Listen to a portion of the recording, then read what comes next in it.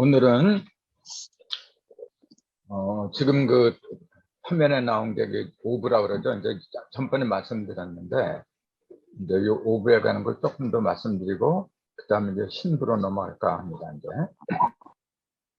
전번 시간에 제가 이제 말씀드릴 적에 그 강정산이란 분하고 천천의 성인들, 예를 들자면 예수나 부처님이나 이런 근도자나 이런 선천 성인들하고 또 강정산이란 분하고 그 차이라고 할까요? 뭐 이제 굳이 이렇게 차이점을 찾으라고 한다 하면은 다른 성인들은 전부 다 문자를 가지고 예수님이나 이제 부처님이나 이런 분들이 설법한 걸 그 제자들이 받아서 활짝 문자로 남긴데 이제 남겼는데 증산이란 분은 그 제자들이 그 증산의 어록이라고 할까 이제 증산께서 살아계실 때에 그 가르침을 많이 적은 게 많이 있었습니다. 또 기적을 많이 베풀었거든요. 예수님이 그 기적을 많이 베풀었다고 하는데 사실은 그 증산이란 분이 베푼 기적하고 비교하면은 그 조금 그 증산이란 분의 기적하고는 비교가 안 될 정도로 많이 있어요. 강정산이란 분은. 그리고 또 증산이라는 분은 1909년에 회천하셨어요. 1909년. 그러니까 지금으로부터 약 한 112년 전인가? 요거밖에 안 돼요. 왔다 가신 지가. 근데 예수는 아무리 못해도 2000년이 넘었잖아요. 이렇게. 석검년이 2500년이 되고. 그렇게 어떤 시기적으로 봐도 겨우 100년 정도밖에 안 된 그런 분의 기록이기 때문에 사실은 그 어떤 신빙성이라는 면에서는 증산이라는 분이 더하거든요. 근데 이제 증산은 전에도 제가 잠깐 말씀드린 게 기억이 있는데 뭐냐면은 돌아가시기 며칠 전에 제자들 불러 모아요. 제자가 아니라 여기서 종도라고 하는데 종도들 불러 모아서 하시는 말씀이 뭐냐면은 내가 가르친 그 가르침 어록이죠. 말하면은 어록 같은 것도 기적 같은 거 너희들이 많이 그런 걸 기록을 해놨는데 갖고 와라 이제 그래요. 갖다 놓으니까 산더미처럼 많이 쌓였거든요. 전부 다 불질러 버려요. 그러면서 내일은 내가 한다. 내가 책 한 권을 정읍에다 드리니 우물정자 정읍에다 드리니 그 책이 나오는 날에는 천하사를 3번 하고도 남음이 있다. 이게 대순정경에 나오는 말씀이거든요. 그 말씀을 진짜로 했는지 안 했는지 나는 내가 직접 안 들었으니까 모르는데 대순정경에 기록이 돼 있어요. 아마 그거는 사실일 걸로 믿어요. 아무튼 그렇게 말씀하시면서 그 제자들이 썼던 걸 전부 다 없애버려요. 그냥.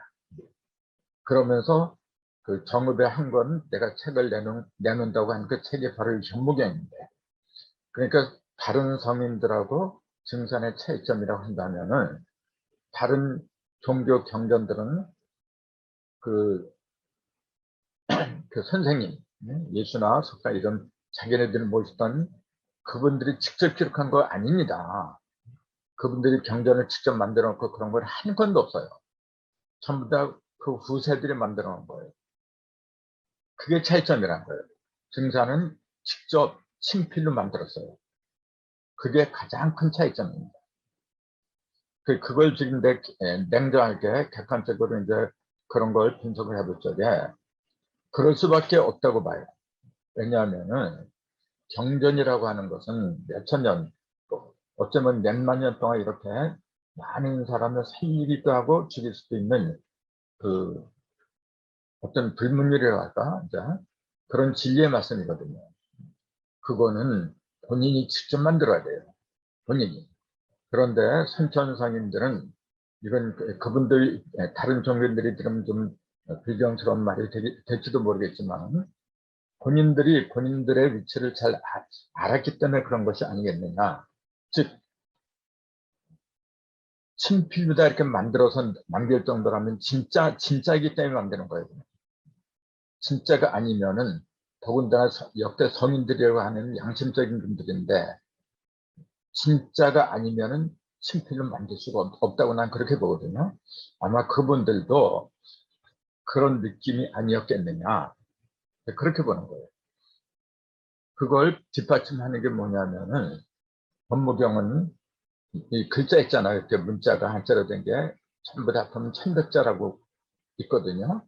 1100자인데 이 1100자의 글자도 뭐냐면은 어쩔 수 없이 이 글자 요거 1100자를 기록하지 않으면은 요 부의 뜻을 모른다, 이제 그 얘기예요.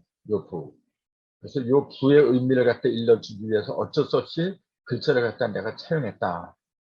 그런 기록이 있습니다. 현무경에 나와 있어요. 그게. 그래서 증상과 선천성인의 가장 큰 차이점이 또 하나 있다면은 바로 선천성인들은 문자의 의지를 했어요. 문자로 남겨놨어요. 거의 다가 책을. 근데 증상께서는 문자는 어쩔 수 없이 요 부를 설명하기 위한 문자로 이제 등장을 시켰다. 그렇게 말씀하셨거든요. 그러니까 중요한 것은 뭐냐면 영부, 이 부가 중요한 거죠. 가장 큰 차이점이 바로 이거예요. 증상은 전부 다 이제 17개의 부를 갖다가 현무경에 남겨놓으셨다. 그게 가장 큰 특징이면서 차이점이다. 이제 그렇게 보는 거거든요. 그래서 이 글자라고 하는 것은, 문자라고 하는 것은 많이 배운 사람들이 유리하죠. 아무래도. 그리고 물론 문자에도 거룩한 뜻이 있고 진리가 담겨 있지만 이 영부하고 이제 근본적인 차이가 있는 게 뭐냐면은 영부는 신명계 있잖아요. 우리 인간계만 있는 게 아니라 인간계는 현상, 유형이고 무형의 세계도 있거든요. 그 무형의 세계를 신명계라고 부르는데 신명계하고 무형계하고 유형계는 같이 붙어 있는 거예요. 유무는 같이 붙어 있는 거지 결코 떨어진 게 아니거든요. 근데 대부분의 사람들은 무형계는 눈에 안 보인다고 해서 인정을 안 합니다. 특히 서양 과학은 그런 면이 더 강해요. 오늘날 우리가 과학 그러는데 과학이 위대하죠. 위대하지만은 과학을 들어가면 들어갈수록 공허함을 느껴요. 왜냐하면 끝이 없거든요. 이거는 답이 안 나와요. 그래서 결국은 다시 무형으로 돌아갈 수밖에 없는데 이 무형과 유형, 즉 신명계하고 인간계를 하나로 엮어주는 것이 뭐냐면은 그게 문자도 되지만은 본래는 영부입니다. 문자는 인간끼리는 통하지만 인간끼리는 잘 통하죠. 근데 이것도 요 한자나 한글 이런 거는 우리 한국이나 한자 문화권에 속한 사람들만 통하는 거지 다른 문화권에 속한 사람들하고는 통하지 않아요. 또 영어 같은 거는 우리는 몰라요. 지금. 배운 사람들이 알지. 그러니까 문자는 그렇게 한계가 있는 거예요. 근데 솔직히 신명계는 이런 문자 갖고 통하지 않습니다. 신명계는 뭘 갖고 통하냐면은 질을 갖고 통해요.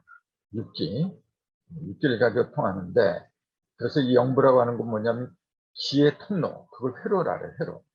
지의 회로를 갖다가 얘기를 하고 있는 거예요. 그래서 이 붓을 들어서 이 영부를 갖다 이렇게 정성스럽게 치다 보면은 지를 느끼게 돼 있어요. 지를.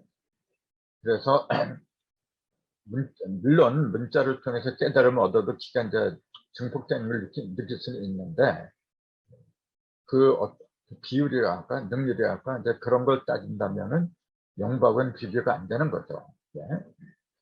그래서 지금은 문자 시대가 아니라 하도 시대는 하도 그림도 짜고 낙서 시대는 글서자.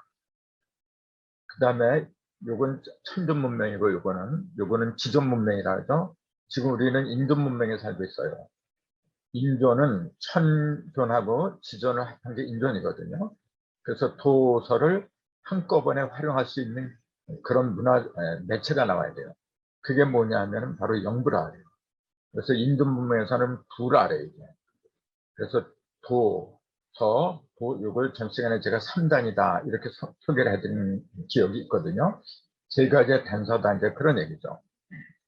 그 중에서도 영부는 문자도 들어있고 그 다음에 숫자도 들어있고 그 다음에 여러 가지 부호도 들어있고 그 속에는 없는 것이 다 들어있어요. 근데 문자에는 영부가 들어가지 못해요. 그래서 종합적인 어떤 매체 수단이 영부다. 이제 그렇게 얘기를 한 거죠. 그래서 증산이 오신 목적은 뭐냐면은 이 영부를 그 누구도 전달을 못 해줬어요. 물론 절간에 가면 스님들이 지금도 부적 만들고 있죠. 또 그 무속인들도 지금 부적 만들어서 팔아먹고 있잖아요. 그것도 봅니다. 그런데 그 사람들은 그걸 거의 다 장사 속으로 활용하고 있기 때문에 문제가 많죠. 이 영부는 결코 장사 속 영부를 팔아먹고 뭐고 그러면 안 되는 거예요. 이거는. 그렇게 할 수 없는 거거든요. 그래서 이 문자를 통해서 영부의 뜻을 갖다가 전달을 해 주시려고, 그래서 39년이라는 짧은 생을 이걸 전해 주시려고 오신 분이 강진상이었다. 이제 그렇게 보는 거죠. 그 전에도 말씀드렸지만은 그 부처는 선천은 남자고 부처는 여자니까 그 부처는 계집녀가 들어간 성으로 온다 해갖고 뭐 종단에서는 계집녀자를 들어간 안자 있잖아요. 뭐 어떤 종단이라고 말씀 안 드려도 다 아실 것 같아서 말씀 안 드렸는데 안시성으로 온다. 그런데 계집녀자가 들어가는 성이 또 하나 있죠. 양양자에다가 계집녀자 들어가는 거. 이게 강시잖아요. 그래서 증산이라는 분은 내가 성의 근본, 원시번본하기 때문에 원래는 풍씨가 있었죠. 바람풍차 북기씨가 있었는데 그건 사라졌고 남아있는 성씨 중에서는 신농씨, 강신농이거든요. 신농씨가 강씨가 제일 오래된 성이기 때문에 내가 원시번본하는 의미에서 강씨로 왔노라. 그런 말씀을 했잖아요. 그럼 강씨로 왔으면 됐지. 어떻게 안씨가 또 온다 그래요, 이게. 물론 이 시도 중요하겠지만은 더 중요한 것은 뭐냐면은 이 부를 갖다 남겨주었다는 거. 그러면은 이 안씨가 됐건 어떤 성이 됐건 중요한 건 뭐냐면은 이 부의 의미를 갖다가 풀어줘야 되는 거예요.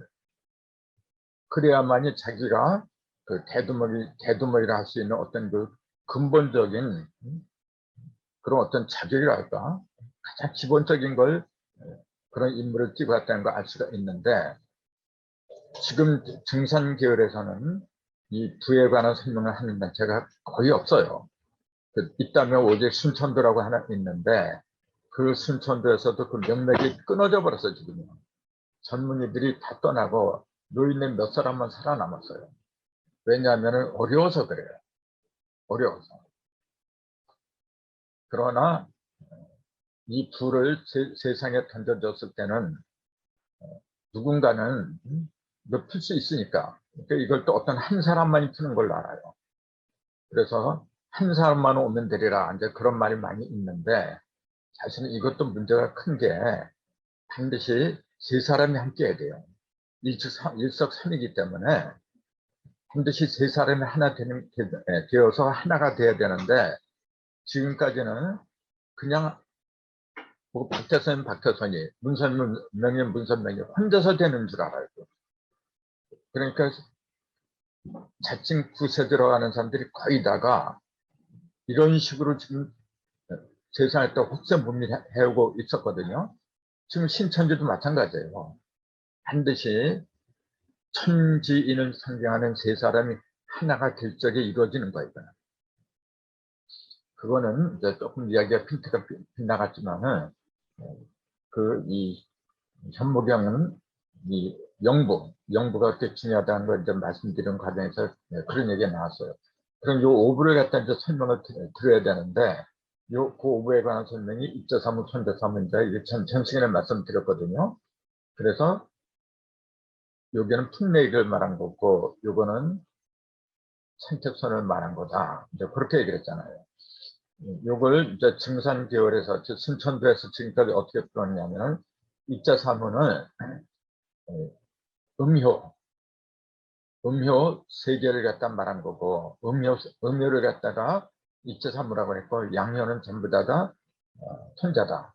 선천에서는 양을 유지했기 때문에 양이 우리한테 이익을 주는 걸로 봤고 그 음효는 손해를 끼치는 걸 봤다. 그러나 세상이 뒤바뀌어서 여기 입자사무, 여기 음사무, 양사무 이렇게 표현한다. 지금 그 인터넷 세상에 들어가면은 전부 다 그렇게 얘기를 해요. 그 순천도에서 그 모산장이 가르친 그대로다가 한자의 그 어떤 그 자격도 틀리지 않게 그렇게 받아 쓰고 있는 거예요. 그러나 내가 볼 때는 뭐 그것이 틀렸다는 건 아닌데 경우에 따라서는 즉 어떻게 말하고 어떻게 듣고 어떻게 계산하느냐 거기에 따라서 입자가 손자가 되고 손자가 일자가 되고 이게 어떤 구분이 없는 겁니다. 여러분. 음이 양이 되고 양이 음이 되고 본래 음과 양은 하나거든요. 양은 양대로 음은 음대로 이렇게 따로따로 놀면은 그거는 조화가 안 돼요. 제가 볼 때는 이 입자사물 손자사물을 같이 이게 머리통이라 했잖아요. 이게 머리통, 그다음에 이게 몸통, 이게 사지 이렇게 해야 됐잖아요.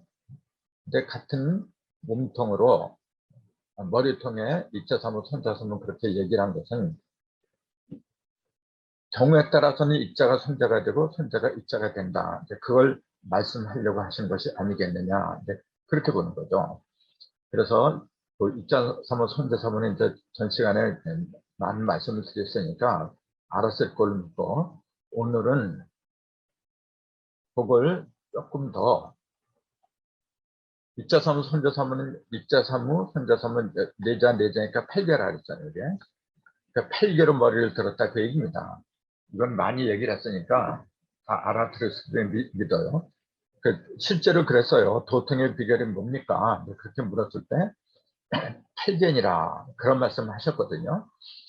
그러니까 8개를 모르면은 사실은 그 우주가 돌아가는 그 이치가 알 수가 없어요. 그냥 숫자나 문자나 그런 걸로 그런 것만 가지고 연구를 하다 보면은 만물은 형상으로 되어 있는데 형상하고 연결을 시키지 못해요, 그게. 그래서 문자나 숫자 이런 모든 뜻은 반드시 만물의 형상하고 연결을 시켜야 돼요. 형상이란 건 존재거든요. 어떤 것이건 먼저 존재가 있어야 돼요. 존재도 없는데 이야기한다고 하는 것은 그거는 귀신 같은 얘기죠. 그래서 하나님도 굳이 천지 만물을 만든 그 이유가 뭐냐면은 형상이 없는 상태에서는 아무리 좋은 얘기를 하고 가치 있는 얘기 한다고 해도 그거는 필요가 없는 거예요. 없는 거거든요. 내가 내 몸뚱이가 없는 상태에서 영혼이니 정신이 아무리 얘기를 해봤자 그거는 별 가치가 없는 거예요. 그래서 아까도 얘기했지만 무형의 세계하고 무형의 세계를 반드시 일원화시켜야 돼요. 이게. 일원화시키는 그 방편으로 나온 것이 8개처럼 위대한 게 없어요. 그래서 그 영부 속에는 8개의 이치가 고스란히 들어가 있더라. 이제 그걸 이제 말씀드리는 거죠. 그래서 조금 아까 이제 그 오브를 보면은 그 오브를 지금 그 그림에 나와 있죠. 보면은 이렇게 돼 있어요. 요 앞에 점이 하나 둘 셋, 여기 하나 둘 셋, 여기 하나 둘 셋. 이건 뭐 다들 알고 계실 걸로 믿는데 요거는 구궁이에요, 바로. 구궁. 하나, 둘, 셋, 3, 3은 구잖아요, 이게. 구궁이고 여기에 갑을, 병정, 무기, 경신, 임계. 이게 십간입니다, 이게. 십간. 그 다음에 여기서 이렇게 하고 이렇게 나가잖아요. 요건 뭐냐면 선천을 자에서 이렇게 돌았잖아요. 이렇게. 선천의 그 자, 축, 인묘 이렇게 갔잖아요. 이렇게.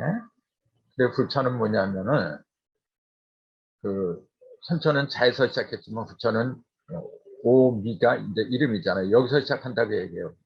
그러니까 여기서부터 시작해서 반대로 가는 거예요. 이렇게. 그래서 이렇게 여기서부터 시작해 위에서부터 시작해 밑으로 해서 이렇게 돌아가는 거죠. 이렇게.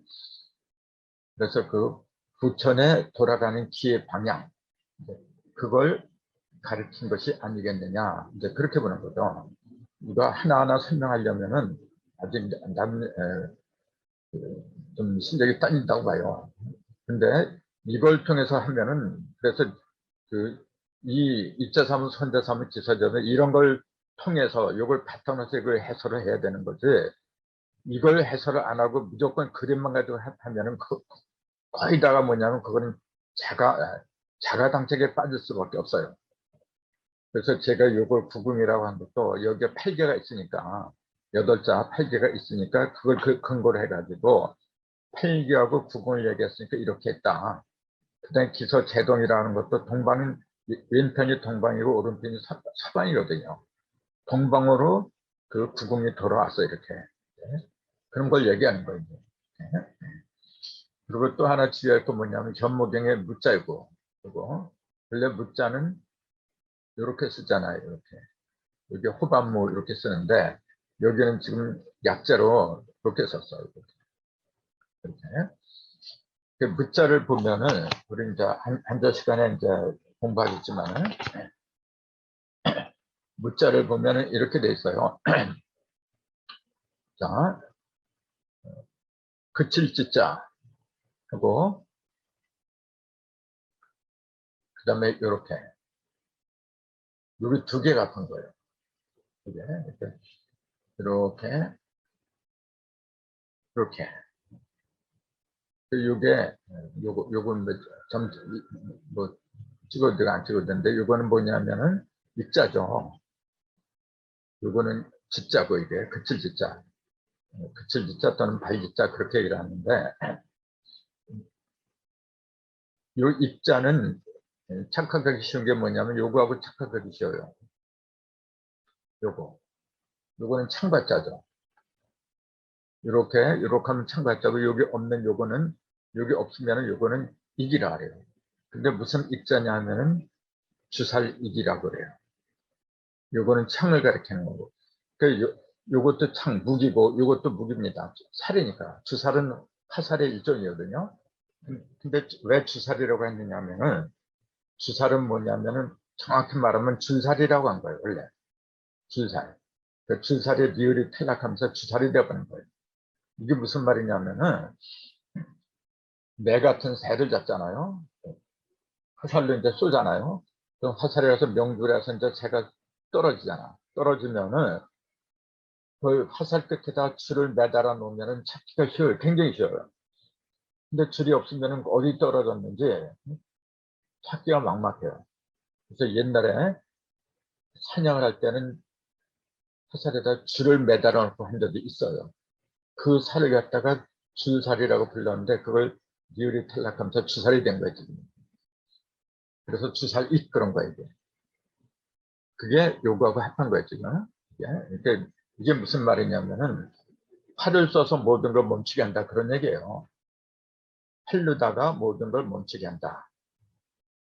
그게 호반무자, 이게 호반무자죠. 지금 문무할 적에 무인할 적에 이걸 가리키는 건데 그 물을 쓰는 그 목적은 뭐냐면 모든 것을 멈추게 하려고 하는 거예요.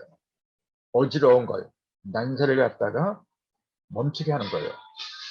평화스럽게 이렇게 멈추게 하는 건데 오히려 잘못하다가는 내가 무력을 쓰니까 다른 사람도 무력을 쓰고 이 사람도 무력을 쓰고 하다 보니까 더 어지러워져요, 세상이. 그래서 이 무가권은 이런 후반무 이런 무가권은 안 되는 겁니다. 내가 아무리 평화를 갖다가 원해서 폭력을 쓴다고 해도 폭력을 쓰면 반드시 폭력이 돌아오게끔 되는 거예요. 그래서 현무경은 그 선천에 있던 모든 그 무력을 갖다 없애려고 온 거예요. 없애기 위해서 뭐냐면은 이런 문장이나 그 도서랍한 부 이런 걸 가지고 해야지 힘센 물을 가지고는 안 된다는 거죠. 근데 무자를 갖다가 여기서는 좀 이렇게 썼어요. 이렇게.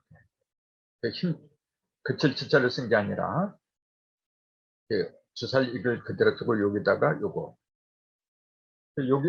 요거는 마늘모라 그래 보통요. 근데 사자잖아요. 이게. 사자 이게 스스로 사자라는 얘기죠. 스스로. 왜 이렇게 썼느냐면은 이제 나중에 그 현무경 집편에 보면 요건 이제 오신술 자인진, 오부잖아요. 이게 오부, 신부, 술부, 오신술 자인진 6개는